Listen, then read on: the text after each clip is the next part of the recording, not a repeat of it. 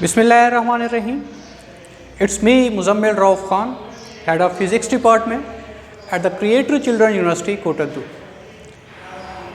My dear, as you know, we are discussing unit number 10, Simple Harmonic Motion and Waves.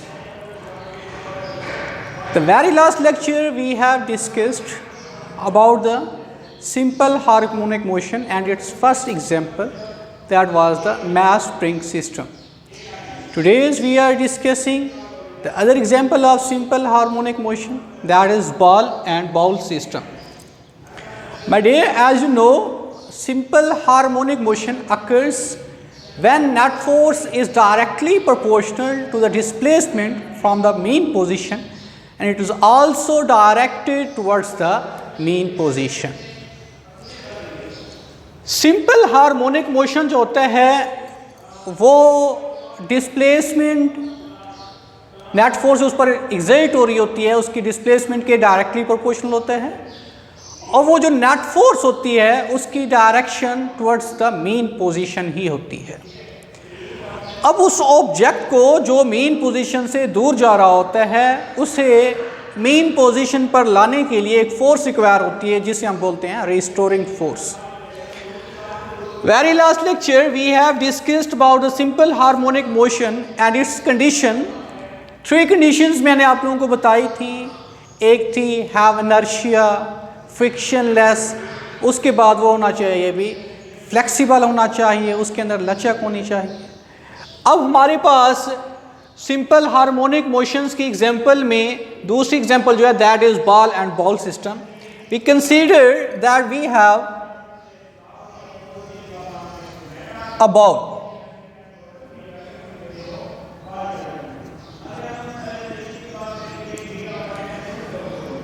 अब simple harmonic motion को समझने के लिए 3 points का होना, 3 चीज़ों का होना लाजमी है जो उसके लिए एक मेजर इश्यूज हैं. सबसे पहला हम कहते हैं उसकी मीन पोजीशन, जिसे मैं O से रिप्रेजेंट कर रहा हूँ, that is mean position.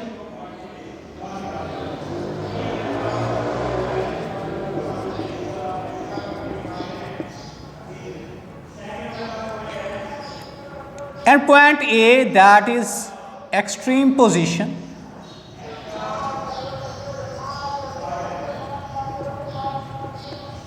Point B, also extreme position.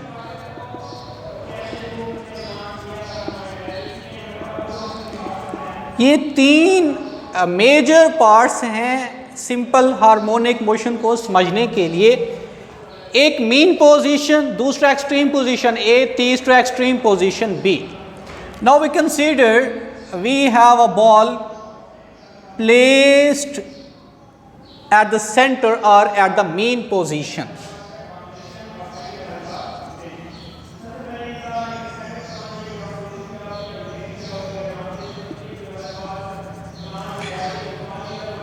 अब जो बॉल यहाँ पर पड़ा हुआ है मीन पोजीशन के ऊपर बॉल के अंदर, तो इस पर नेट फोर्स जो है वो 0 है. क्यों 0 है? क्योंकि उसका जो वेट है बॉल का वो डाउनवर्ड डायरेक्शन में अमल कर रहा है. वेट जिसे हम W से कंसीडर करते हैं, W is equal to mg होता है. अब इस बॉल का जो वेट है वो डाउनवर्ड डायरेक्शन में अमल कर रहा है. Newton's third law of motion में हमने देखा था to every action there is always an equal but opposite reaction. तो यहाँ पर सेम वही अमल चल रहा है कि बॉल का वेट है डाउनवर्ड डायरेक्शन में अमल कर रहा है, और जो बॉल है वो बॉल के ऊपर जो रिएक्शन फोर्स एक्सर्ट कर रहा है वो अपवर्ड है. चूंकि दोनों का मैग्नीट्यूड सेम है, डायरेक्शन अपोजिट हैं, एक दूसरे के रिजल्टेंट को कैंसिल कर देते हैं, जिसकी बिना पर हम कहते हैं कि नेट फोर्स 0 हो गया. नेट फोर्स जब 0 हो गया है तो बॉल अपनी जगह पर पड़ी रहती है, यहां से मूव नहीं करती. Now we take the ball at point A. जैसे हम बॉल को पॉइंट ए की जानिब लेके जाते हैं, बॉल यहां पर आ गई है. यहां पर पहुंचने पर क्या हो जाता है? When we release the ball it moves towards the extreme position to mean position.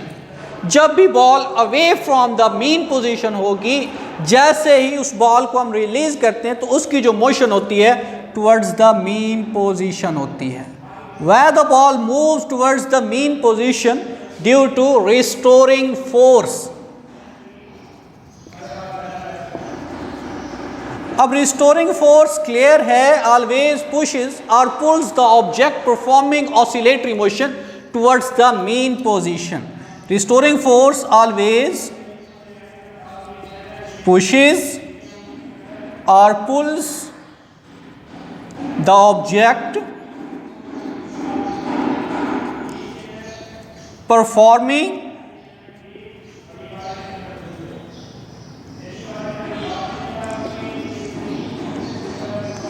oscillatory motion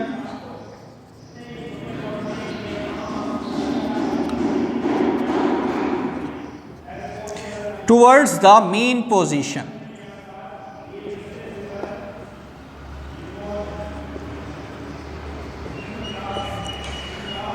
कोई भी ऑब्जेक्ट जब मीन पोजीशन से दूर होता है, away from the mean position होता है, रिस्टोरिंग फोर्स उस ऑब्जेक्ट को खींचती है या धकेलती है, क्या करते हुए? ऑसिलेटरी मोशन करते हुए। ऑसिलेटरी मोशन क्या होती है? To and fro motion of a body from its mean position. किसी जिस्म की अपनी मीन पोजीशन से आगे और पीछे दोहराई जाने वाली जो मोशन होती है उसे हम ऑसिलेटरी मोशन या वाइब्रेटरी मोशन बोल रहे होते हैं। अब यहाँ पर कोई ऑब्जेक्ट जब ऑसिलेटरी मोशन परफॉर्म करते हुए किसी ऑब्जेक्ट को खींचते या धकेलते हुए मीन पोजीशन की जानिब लेकर आता है, इसे हम बोलते हैं रिस्टोरिंग फोर्स, जो कि मेजर फैक्टर है सिंपल हार्मोनिक मोशन को समझने के लिए। अब जैसे हम बॉल को यहाँ से रिलीज करते हैं, ball moves towards the mean position due to restoring force। अब जैसे यहां से हम बॉल को रिलीज करते हैं, बॉल को रिलीज करने पर चूंकि यहां पर उसका एक्सेलरेशन मैक्सिमम होता है, एक्सेलरेशन मैक्सिमम होने पर जैसे इसको हम रिलीज करते हैं, रिलीज करने पर बॉल मूव करती है टुवर्ड्स द मीन पोजीशन। अब जब बॉल मीन पोजीशन की जानिब आती है, किसकी वजह से? रिस्टोरिंग फोर्स की वजह से। दोनों की डायरेक्शन क्या है? सेम है। बॉल भी मीन पोजीशन की जानिब आ रही है, रिस्टोरिंग फोर्स की जो कोशिश थी कि बॉल मीन पोजीशन की जानिब आए, वो भी उसी डायरेक्शन में ही हरकत करे। दोनों की डायरेक्शन सेम होने पर बॉल की जो वेलोसिटी है वो इंक्रीज होना स्टार्ट हो जाती, वो बढ़ना शुरू हो जाती है। लेकिन जैसे जैसे ball near to the mean position आती है, रिस्टोरिंग फोर्स डिक्रीज होना स्टार्ट हो जाती है। उसकी लॉजिक में पहले बता चुका हूं, आप मजीद देख लें। जैसे उसे यहां से हम रिलीज कर रहे होते हैं, बॉल चूंकि मूव कर रही होती है मीन पोजीशन की जानिब due to restoring force. Restoring force की वर्किंग भी यही है, कोई ऑब्जेक्ट जो away from the mean position होगा वो उसे मीन पोजीशन की जानिब ही लेकर आएगी। अब जब ऑब्जेक्ट जैसे जैसे मीन पोजीशन की जानिब आएगा, जैसे जैसे उसकी हमारे पास जो डिस्प्लेसमेंट या डिस्टेंस है वो डिक्रीज होगा, same it as restoring force भी डिक्रीज होना स्टार्ट हो जाएगी।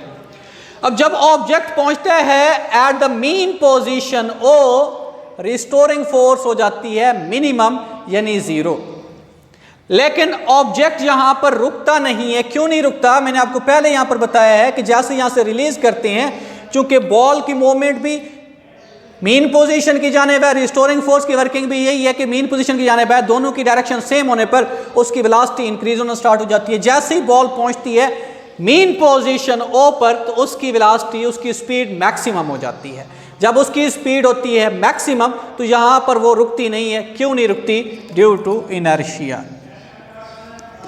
इनर्शिया के बारे में आपको कंप्लीटली हाउ नो है।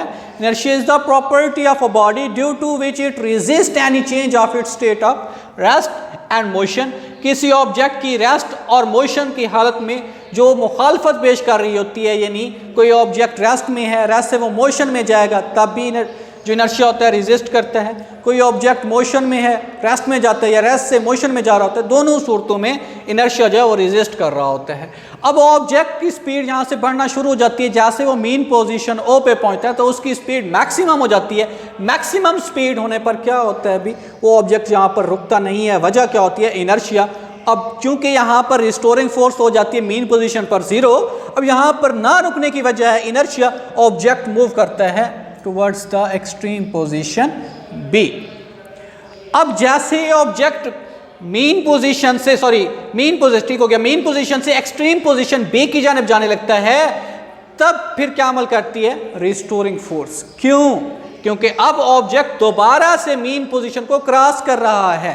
अब उसने क्या करना है? रिस्टोरिंग फोर्स ने जो फोर्स एग्जर्ट करनी है वो अपोजिट डायरेक्शन में करनी है। क्यों अपोजिट डायरेक्शन में करनी है? क्योंकि ऑब्जेक्ट मूव कर रहा है away from the mean position, जबकि रिस्टोरिंग फोर्स चाहता है कि ऑब्जेक्ट मूव करे टुवर्ड्स द मीन पोजीशन। अब यहां पर वो एक्सट्रीम पोजीशन, मीन पोजीशन ओ से एक्सट्रीम पोजीशन बी की जानिब जब जाने लगता है, तब क्या होता है? अभी रिस्टोरिंग फोर्स अपोजिट डायरेक्शन में फोर्स एग्जर्ट करती है, जिसकी बिना पर उसकी स्पीड डिक्रीज होते होते एक्सट्रीम पोजीशन बी पर जीरो जाती है, जिस पर कुछ देर के लिए ऑब्जेक्ट रुकता है, सम मोमेंट्स के लिए वो स्टॉप होता है, फिर एकदम से पीछे की जानिब मूव करता है। अब उसकी लॉजिक क्या है पीछे की जानिब मूव करने की?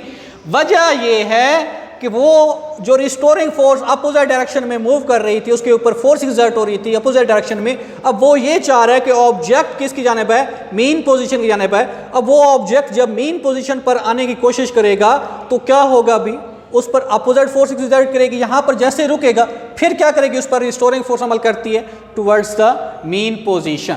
अब यहां पर फिर दोनों की डायरेक्शन क्या हो जाती है? सेम हो जाती है। जैसे जैसे ऑब्जेक्ट नीचे आता है यानी मीन पोजीशन की जानिब आता है, उसकी रिस्टोरिंग फोर्स कम होना शुरू हो जाती है, जबकि उसकी जो हमारे पास स्पीड है वो इंक्रीज होना स्टार्ट हो जाती है। At point O mean position के ऊपर जो हमारे पास बॉल होती है वो फिर यहाँ पर चूंकि तो उसे रुकना चाहिए, वजह क्या है? रिस्टोरिंग फोर्स जो चाह रही है यहाँ पर रुक जाए, लेकिन फिर भी नहीं रुकती। किसकी जानिब जाती है? वो हमारे पास दोबारा से एक्सट्रीम पोजीशन ए की जानिब जाती है। वजह क्या होती है? इनर्शिया।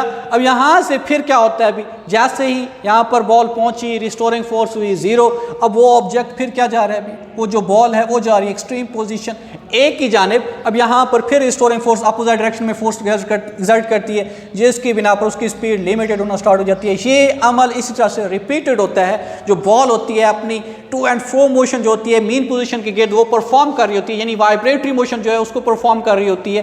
कब तक ऐसा चलता रहता है? जब तक कि नेट फोर्स जीरो नहीं हो जाती। मैंने आपको ये चीज़ क्लियर की है कि जब object at the mean position होता है, जब यहाँ पर प्लेस्ड होता है, तब नेट फोर्स जीरो होती है, जिसकी बिना पर बॉल मूव नहीं कर रही होती। जैसे उसे हम यहाँ से उठाते हैं, लेकर आते हैं एक्सट्रीम पोजीशन ए पर, तो यहाँ पर बॉल मूव करती है towards the mean position. It means there is a force acting on the ball at point A, यानी यहाँ पर जो नेट फोर्स है वो जीरो नहीं है, यहाँ पर कोई ना कोई फोर्स अमल कर रही है। तो ये अमल इस तरह से चलता रहता है। कब तक चलेगा? जब तक कि नेट फोर्स जीरो नहीं हो जाती। जैसे ही नेट फोर्स जीरो हो जाती है तो हमारे पास ऑब्जेक्ट जो होता है वो प्लेस्ड हो जाता है एट पॉइंट ओ, जिसे हम मीन पोजीशन बोल रहे होते हैं। तो ये हमारे पास एक special kind of oscillatory motion होती है। इस special kind of oscillatory motion को हम क्या बोल रहे होते हैं? अभी simple harmonic motion. Thank you.